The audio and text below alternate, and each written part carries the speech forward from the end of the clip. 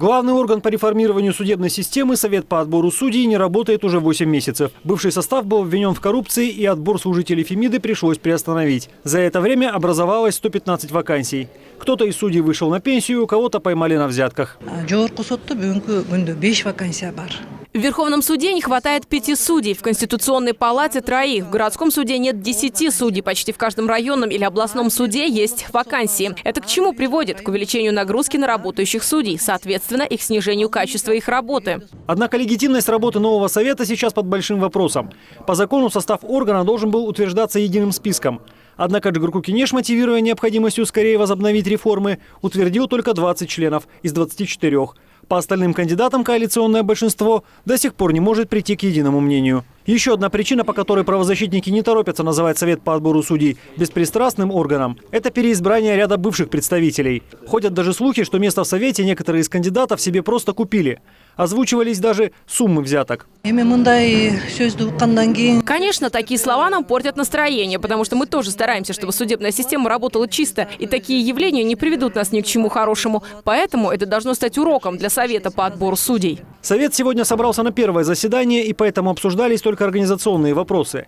На председательство был выдвинут только один кандидат. Это глава бывшего состава Совета Шамарал Майчиев.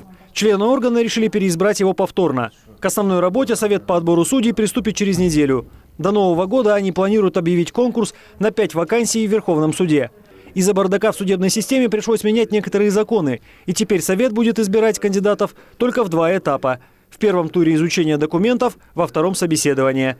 Те, кто наберут большее количество баллов, получат должность. В период нашей работы дважды менялось законодательство.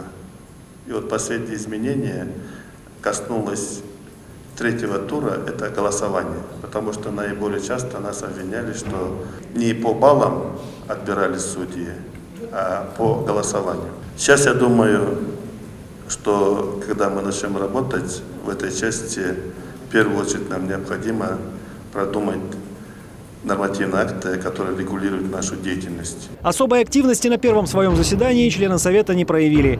Их, пожалуй, больше интересовала собственная выгода от работы в новом органе. Как оказалось, на их содержание из бюджета выделяется 20 миллионов сомов. Зарплаты членов Совета приравнены к окладу судей Верховного суда. Это около 40 тысяч сомов. Кроме этого, те, кто не имеют собственного жилья в Бишкеке, получат во временное пользование квартиры. У самого органа тоже появится собственное здание. Сейчас там идет ремонт, до завершения которого членам Совета выделен зал в городском суде. Игорь Потанин, Эльзат Садралиева, Эрван Кемельбеков, НТС.